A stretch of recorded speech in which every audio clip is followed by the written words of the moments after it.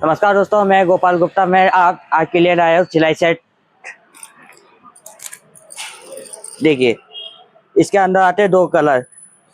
एक पहला ये पहला शैडो कलर, फिर एक सिल्वर कलर। इसका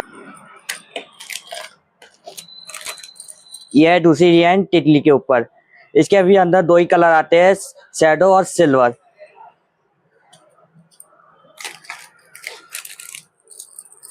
ये है कश्ती के ऊपर। ये इसके भी दो कलर है इसके, सिल्वर और शैडो कलर।